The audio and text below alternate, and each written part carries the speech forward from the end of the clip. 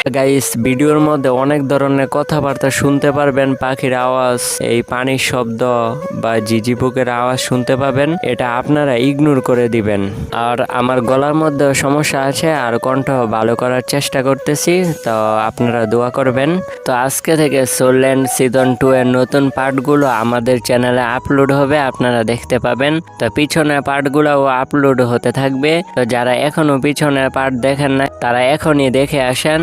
Season 2 200 number পার্টে আমরা দেখতে পাই যে ডেড গড অনেক খারাপভাবে আহত হয়ে তার চেয়ারে এসে কোনোভাবে বসে আর বলে, ডিটিয়ান, তোমাকে আমি ছাড়বো না। তখনই সেখানে লং মাস্টার আসে আর ডেড গডের এই অবস্থা দেখে অনেক আশ্চর্য হয় আর ডেড গডের কাছে যাওয়ার জন্য পাও আগে বাড়ায়, কিন্তু তখনই ডেড গড বলে, তুমি সামনে এসো না, আমার মন ভালো না, তুমি এখান থেকে চলে যাও। তারপর ডেড গড তার সার্ভেন্টকে ডাকে, তখনই সেখানে 4 জন মেয়ে আসে। তখন ডেড গড তাদেরকে বলে, ওই কয়েদ করা লোকগুলোকে আনো, আমার পাওয়ার হিল করতে হবে। তখন তারা সেখান থেকে চলে যায়। তখন লং মাস্টার বলে, আমাকে বলো যে তোমার এই অবস্থা কিভাবে হলো। কিন্তু ডেড গড তখন কিছু বলে না। তখনই তার কাছে খবর আসে যে ওই লোকগুলোকে আনা হয়েছে। তারপর ডেড গড ওই লোকগুলো থেকে এনার্জি নিতে থাকে। ওই লোকগুলো বাঁচার জন্য ছটফট করতে থাকে, কিন্তু ডেড গড এতটা ক্রাইম ছিল যে ওই লোকগুলোর এনার্জির সাথে তাদের শরীরে সবকিছু নিয়ে ফেলে আর তাদের পাওয়া সবকিছু নিয়ে ফেলে। এতটাই ভয়াবহ ছিল যে শেষে তাদের শুধু কঙ্কালটা পড়ে থাকে। তখন লং মাস্টার এটা দেখে কিছু বলে না, সে শুধু তার পাওয়ার দিয়ে কঙ্কালগুলোকে সরিয়ে ফেলে। তখন বলো এই কন্টিনেন্টে এত পাওয়ারফুল কার আছে যে তোমাকে আহত করে ফেলে। তখন ডেড গড বলে, তোমার বন্ধুর স্টুডেন্টের। তখন লং মাস্টার বলে, ইউহাও। আর সে অনেক অবাক হয়ে বলে, সে এত পাওয়ারফুল না, তা কিভাবে সম্ভব। তখন ডেড গড বলে, ইউহাও না। তখন ওই সিন মনে করতে থাকে যখন ইউহাওকে খারাপভাবে আহত করেছিল আর তখন ইউহাও ডিটিয়ানকে সেখানে এনেছিল আর ডিটিয়ান এসে তাকে অনেক খারাপভাবে আহত করে দিয়েছিল। আর এইগুলো লং মাস্টারকে বলতে থাকে। এটা শুনে লং মাস্টার অনেক অবাক হয়। তখন ডেড গড বলে, ওই ছেলেকে যত তাড়াতাড়ি পারো মেরে ফেলো, আর না হলে সে আমাদের স্পিরিট কালের জন্য ভয়ানক হয়ে দাঁড়াবে। তখন লং মাস্টার বলে, তুমি এতটাও পাষাণ হইও না, আমরা এমনিতেই অনেক কিছু হারিয়ে ফেলেছি আর তুমি এল্ডার মৌকে হারিয়ে ফেলেছ, তাহলে ওই ছেলের জন্য এত চিন্তা কেন। তখন এটা শুনে ডেড গড অনেক রেগে যায় আর বলে, তাকে মরতেই হবে। এটা বলে সে লং মাস্টারের কাছে যায়, তার মুখে হাত লাগিয়ে বলে, আমার কথা শোনো, আমি শুধু তোমার জন্য আর একবার জংলি লাও গুয়ের ইচ্ছাকে পূরণ করি, তারপর দেখবে আমরা দুজন হোলি স্পিরিট কাল ছেড়ে অনেক দূরে চলে যাব, যেখানে দুনিয়া নামটাও থাকবে না। এটা বলে তারা জড়িয়ে ধরে। তারপর সেখানে এক সার্ভেন্ট আসে আর বলে, ফায়ার ফিনিক্স মাস্টার টাইটার ডোরো লেভেল অর্জন করে ফেলেছে, আশা করি লর্ড জি শি সুই এটা শুনে অনেক খুশি হবে। তখন ডেড গড বলে, এটা তো অনেক ভালো কথা, আর তার সোরিংয়ের জন্য আমি নিজেই তার সাথে যাব, আমিও দেখতে চাই সে কতটুকু ফিনিক্সের এবেলনেস অর্জন করেছে। তখন ডেড গড জি শি সুই সেখান থেকে চলে যায়।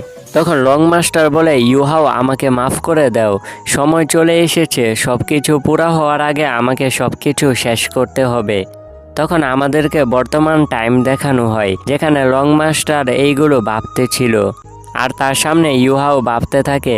লং মাস্টার মনে হয় কোনো ভাবছে, আর এখন মনে হচ্ছে আমিও এখান থেকে পালাতে পারবো, আর তার সাথে ফাইট করার এখনও আমার কাছে অনেক টেকনিক আছে। তখন ইউহাও বলে, ডিটিয়ানের রিভার্স স্কিল ব্যবহার করে তাকে হারাতে পারবো। তখন লং মাস্টার ইউহাওয়ের চেহারা দেখে বুঝে যায় যে সে ডিটিয়ানকে এখানে আনবে।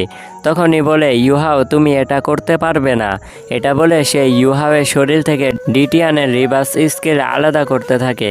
তখন ইউহাও বলে, এটা কিভাবে সম্ভব, আর সে জানে কিভাবে, আর সে এটা করছে কিভাবে। একটু পরে ডিটিয়ানের কানেকশন ইউহাওয়ের সাথে পুরোপুরিভাবে কেটে যায়। তখন ইউহাও ফিল করে যে ফরেস্টের সাথে তার কোনো কানেকশন নেই। তখন লং মাস্টার বলে, ডিটিয়ান এক ড্রাগন আর আমিও ড্রাগন, তাই আমার কাছে এরকম টেকনিক আছে যার কারণে তার কানেকশন তোমার সাথে কেটে দিয়েছি।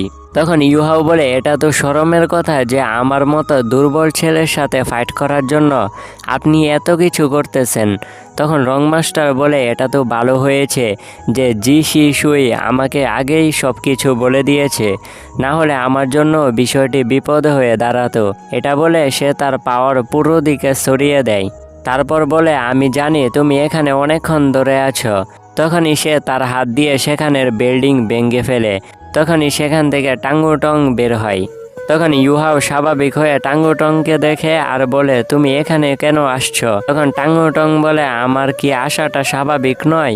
তখন লং মাস্টার মনে মনে বলে এই মেয়েও লুকিয়েছিল আর সুযোগে অপেক্ষা করছিল অ্যাটাক করার জন্য, কিন্তু আমি দেখেছিলাম দেখেন, না হলে তো আমার আরো সমস্যা হতো। তখন সে বলে এখানে অনেক ঘরবাড়ি আছে, আমাদের অন্য জায়গায় ফাইট করতে হবে।